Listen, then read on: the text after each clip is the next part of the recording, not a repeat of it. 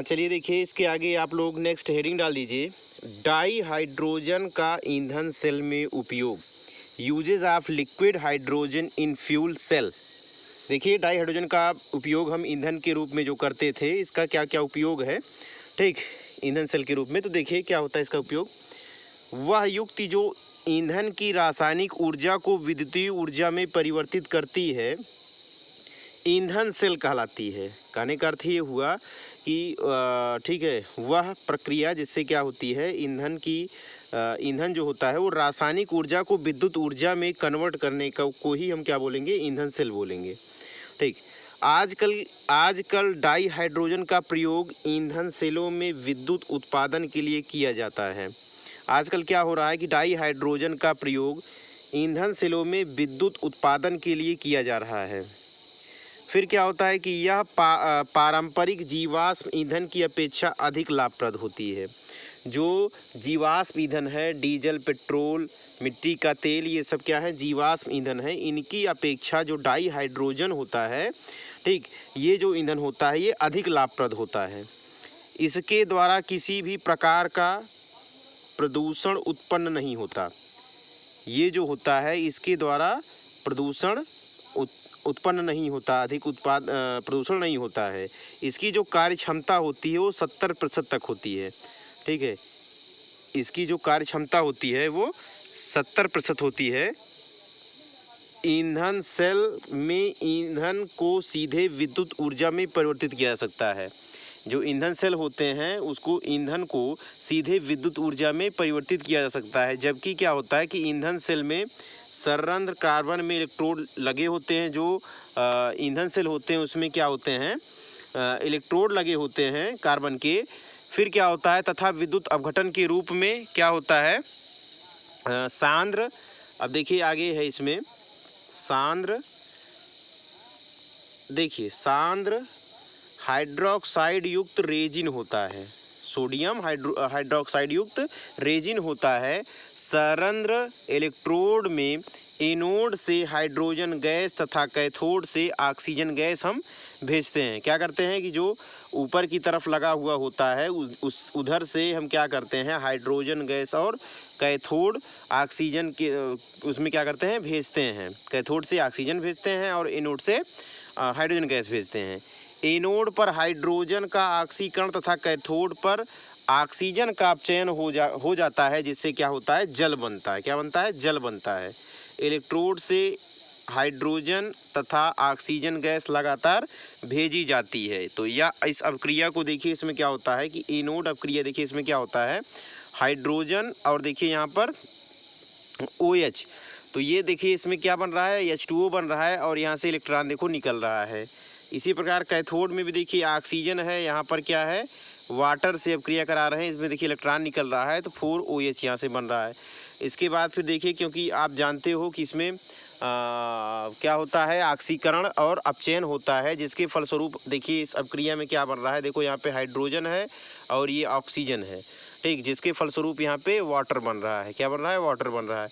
अब देखिए यहाँ पर ध्यान दीजिए कि यहाँ पर क्या हो रहा है। तो इस फिगर को देखिए, आप फिगर को देखिए तो इसमें समझ जाएंगे हो क्या रहा है। देखिए यहाँ से देखो, इसमें ये देखिए इसी क्या है, सोडियम हाइड्रोक्साइड, ठीक, सोडियम हाइड्रोक्साइड यहाँ पर देखिए ये है। और फिर इसके आगे देखिए ध्यान से, यहाँ पर क्या होता है, ऊपर की तरफ क्या होता है, इसमें देखो ऑक्सीजन प्रोवाइड किया जाता है। देखो यहाँ पर अभी जो आपको बताया गया, एनोड संरंध्र कार्बन होता है और यहाँ पे क्या होता है, ये कैथोड के रूप में देखिए इधर की साइड में होता है, ठीक। तो एक तरफ एनोड होगा, दूसरी तरफ क्या होगा, कैथोड होगा। जैसा कि अभी आपको बताया गया कि इसमें सोडियम हाइड्रोक्साइड युक्त जो रेजिन होता है दोनों तरफ, ठीक।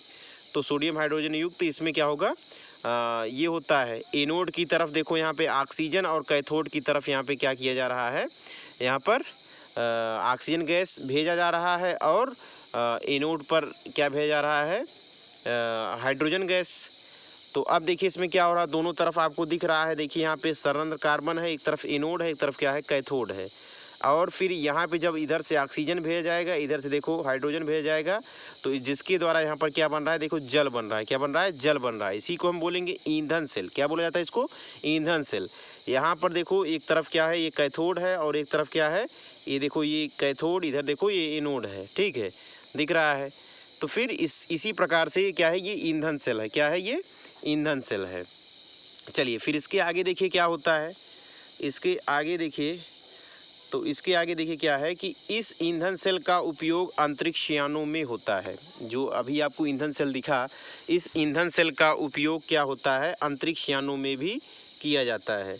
फिर आगे देखिए, इनका जो उपयोग होता है ऑटोमोबाइल्स में भी ईंधन के रूप में द्रव हाइड्रोजन का उपयोग किया जाता है। ठीक है, ऑटोमोबाइल्स में ईंधन के रूप में द्रव जो हाइड्रोजन होता है इसका उपयोग किया जाता है। सन 1962 ईस्वी में ब्रिटिश कोलंबिया की राजधानी वैंकूवर में एनारसन नामक वैज्ञानिक ने पहली बार हाइड्रोजन गैस से बस चलाई थी। ठीक है, 1962 ईस्वी में ब्रिटिश, ठीक है, ब्रिटिश में यानी कोलंबिया की जो उसी ब्रिटिश में जो कोलंबिया राजधानी है, कोलंबिया की राजधानी वैंकूवर में एनारसन नामक एक वैज्ञानिक थे, जिन्होंने क्या किया था कि हाइड्रोजन सेल बनाई थी। तो हाइड्रोजन सेल के द्वारा उन्होंने क्या किया था, बस चलाई थी। तो इसको ईंधन के रूप में क्योंकि उपयोग किया जाने लगा, ठीक है, तो उन्होंने क्या किया कि सबसे पहले इसको हाइड्रोजन सेल के द्वारा बस को चलाया था।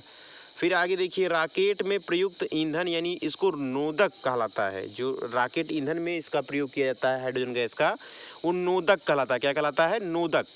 ठीक है, जिसमें द्रव मिश्रण के रूप में क्या होता है, H2O2 यानी हाइड्रोजन परऑक्साइड व द्रव H2 हाइड्रोजन गैस होती है। इसमें H2O2 ऑक्सीकारक के रूप में नोदक में प्रयोग होता है, और द्रव हाइड्रोजन जो होता है वो रॉकेट में आदर्श ईंधन के रूप में प्रयोग किया जाता है। किसके रूप में? आदर्श ईंधन के रूप में प्रयोग किया जाता है, क्योंकि ईंधन के रूप में द्रव हाइड्रोजन का उपयोग करने से निम्नलिखित लाभ होते हैं। अगर हम द्रव हाइड्रोजन का उपयोग करते हैं तो उससे बहुत से लाभ होते हैं। देखिए ध्यान से देखिए, इसमें पॉइंट वाइज लाभ है। तो क्या क्या है, देखिए फर्स्ट पॉइंट है इसमें, यह प्रदूषकों जैसे कार्बन मोनोऑक्साइड, कार्बन डाइऑक्साइड और नाइट्रोजन ऑक्साइड और यहाँ पे सल्फर डाइऑक्साइड आदि से मुक्त होती है। ठीक है, ये अन्य जो प्रदूषक होते हैं इनसे क्या होती है, ये मुक्त होती है। ठीक, जो भी आपको बताएगा कार्बन मोनोऑक्साइड, कार्बन डाइऑक्साइड और नाइट्रोजन ऑक्साइड और सल्फर डाइऑक्साइड से। फिर अगला देखिए सेकंड पॉइंट है, इसमें हानिकारक हाइड्रोकार्बन यानी जैसे लेड, यौगिक, एल्डिहाइड आदि अपशिष्ट के रूप में नहीं निकलते हैं, और सभी जितने भी क्या होते हैं ईंधन के रूप में प्रयोग किए जाते हैं उसमें से कुछ हानिकारक गैसें भी निकलती हैं, आप लोगों को जैसे पता है। लेकिन इसमें क्या होता है, इसमें जो हानिकारक गैसें होती हैं जैसे हाइड्रोकार्बन, लेड, यौगिक, एल्डिहाइड आदि अपशिष्ट के रूप में नहीं निकलता है। इसीलिए क्या है, ये बहुत अच्छे ईंधन के रूप में इसको माना जाता है। फिर अगला देखिए क्या है, ईंधन के प्रति इकाई भार की तुलना में ऊर्जा अधिक प्राप्त होती है। जो ईंधन के प्रति इकाई भार की तुलना में इनमें क्या होती है, ऊर्जा अधिक प्राप्त होता है। किसमें? इसमें। ठीक है, जो डाई हाइड्रोजन है इसका जो यूज करते हैं। फिर इसके बाद फिर देखिए आगे, दहन उत्पादन पर जल प्राप्त होता है। इसका जब दहन करते हैं तो इनके दहन के फलस्वरूप जल प्राप्त होता है, जो कि हानिकारक नहीं होता है। जल आप जानते हो, जल हानिकारक नहीं होता है। तो अब इनको जलाने के फलस्वरूप क्या होता है, या इनका जब यूज किया जाता है तो जिसके फलस्वरूप क्या होता है, इसके उत्पाद के रूप में जल भी प्राप्त होता है, जो हानिकारक नहीं होता है। फिर लास्ट पॉइंट है, हाइड्रोजन ईंधन सेल में उपयोग हेतु आंतरिक इंजन में आसानी से सुधार किया जा सकता है। हाइड्रोजन ईंधन का अगर सेल में उपयोग किया जाए तो ये आंतरिक इंजन के रूप में आसानी से इसका सुधार किया जा सकता है। ठीक है, तो ये चैप्टर आपका यहीं पे समाप्त हुआ। इसमें अगर कोई प्रॉब्लम हो तो आप लोग पूछिएगा। धन्यवाद।